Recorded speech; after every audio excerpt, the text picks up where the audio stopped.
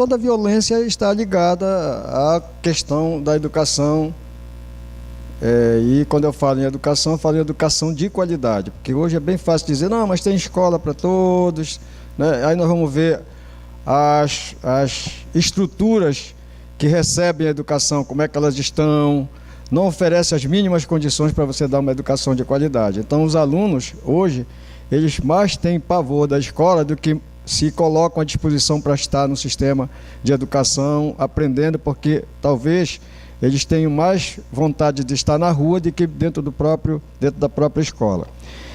E no contexto geral, a gente tem que ver que é o seguinte, a questão, por exemplo, para a gente narrar como proposta que nós estamos colocando para este nosso debate, eu estou colocando como primordial o seguinte: primeiro, que a gente tenha o acesso à educação de qualidade. Todo cidadão, toda pessoa, todo ser humano tem o acesso à educação e essa educação seja de qualidade. E uma educação de qualidade tem que ter escola boa, tem que ter professores bem remunerados, tem que ter material competente, tem que ter, por exemplo, todo um sistema capaz de fazer com que dentro da escola o aluno esteja em segurança, esteja com o seu material didático, enfim.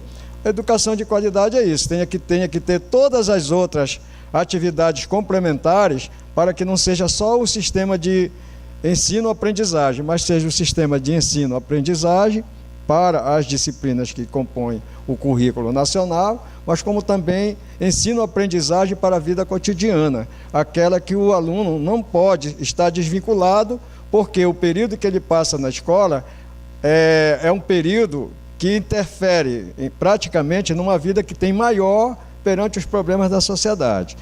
Uma outra questão que nós estamos propondo é a questão da política fiscal justa, é aquela onde todos possam pagar impostos com a condição daquilo que ele tem como renda, daquilo que ele tem como as condições da sua própria vida, a sua remuneração. Todos têm que pagar imposto, mas pagar imposto justo e não um pagando uma carga tributária, como nós pagamos, a população pobre, de baixa renda, paga uma carga tributária excessiva e não recebe na contrapartida aquilo que lhe seria de direito. Serviços de acesso aos serviços básicos de saúde, transporte público e saneamento básico. Esse serviço dentro das grandes cidades, o que é que acontece? As periferias, que são grande em quantidade hoje em todo o país, aqueles locais por onde as pessoas de baixa renda procuram acomodar as suas moradias, têm a sua vida, têm o seu cotidiano, elas estão descobertas dos serviços essenciais, como a saúde, como o saneamento básico, transporte público, e vive um verdadeiro flagelo nacional, pela busca, além da sua busca pelo emprego, pela sua renda, vive também a procura desses serviços básicos. Uma outra proposta que eu coloco aqui como também importante nesse contexto da segurança pública é a questão da eficiência dos órgãos de segurança pública. Veja, quando nós falamos em segurança pública nacional, que é a questão federal, estadual e municipal, nós falamos em três esferas importantes para cada uma delas. Na nível nacional, nós temos o Exército, Marinha e Aeronáutica, que tem um contingente hoje, o efetivo de policiais, na ordem de quase 350 mil profissionais, 1.000 policiais. A nível de Estado, nós temos 455 mil policiais militares. E a nível de município, não muito longe desse contingente, nós temos quase 450 mil guardas municipais. Todos, cada um age as suas competências, respeitando as suas hierarquias. E a questão da violência é uma questão que ela está disseminada na sociedade. Ela não vai precisar de ter uma qualificação para ser tratada. Eu vou combater o crime federal, vou combater o crime estadual, vou combater o crime local. Não está colocado isso. O que está colocado é que está o cidadão, acima de tudo, que está, por exemplo, diante de um quadro que é caótico, que é devastador, e que ele vive a qualquer hora, a qualquer instante, com a sua vida ameaçada. O que nós estamos propondo?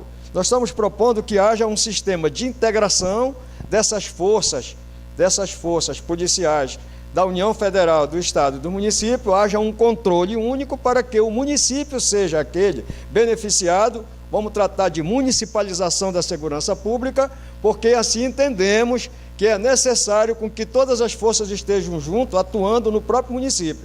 Como eu vou repetir, a população vive no município, ela não vive no Estado, não vive na União. Estado e União são fatores fictícios, são representados por linhas imaginárias. A população vive no município. Uma outra questão que é importante a gente perceber, que contribui para o sistema de violência, é o sistema carcerário. O sistema carcerário do Brasil hoje é uma fábrica de fazer delinquente. Cada um que entra lá, entra de um jeito, quando sai, sai muito mais aficionado à questão da violência, do crime. Ele sai de lá bem profissional na prática criminosa. Por que isso? Porque ele vive submetido a uma tortura, porque vive preso, o tempo todo da sua vida, ele não tem a liberdade. E todas as pessoas que não têm a liberdade, por mais que eles tenham perdido a liberdade por um crime que cometeram, é importante a gente perceber que para nós podermos ter um pouco de prática evolutiva, no sentido de transformarmos a nossa vida, é preciso que se tenha um mínimo de liberdade, ainda que seja uma liberdade vigiada. É importante que essas pessoas tenham trabalho, porque se elas não trabalham, elas têm dificuldade para se relacionar com a sua própria característica, a sua própria razão de vida, e elas têm que ter educação. Então esses presos, muito raro, alguns poucos deles, conseguem avançar na educação. Mas não tem como trabalhar, não tem como exercer uma profissão, daí então eles ficam única e exclusivamente bitolados a um sistema de vida dentro de um espaço pequeno, onde só vê o dia e a noite como seus parceiros de vida. Essas pessoas precisam ter, primeiro, uma liberdade, ainda que seja vigiada. Segundo, elas precisam ter uma atividade, e essa atividade pode ser profissional de qualquer forma. Terceiro, elas têm que também ter educação. E esses três elementos o Estado não oferece e acaba fazendo com que, às vezes, um criminoso inofensivo, uma pessoa que cometeu um crime leve, acabe se transformando num grande criminoso, num criminoso de alta periculosidade, e quando às vezes aí faz uma fuga, acaba entrando para a sociedade e causando mais danos ainda do que aqueles que já foram causados. Queria dizer também que a impunidade e a ineficiência do Poder Judiciário contribui para a violência, e aí para nós desfazermos essa ineficiência do Poder Judiciário e para acabar com a certa impunidade, é preciso agir dentro dos limites da regularidade da lei, da rigorosidade da lei, para que nós possamos mudar esse contexto. Como? De que forma? Acabando com os excessos de recursos, que cada instância tem uma quantidade de recursos, onde só os ricos podem pagar, fazendo com que os órgãos de defesa dos seres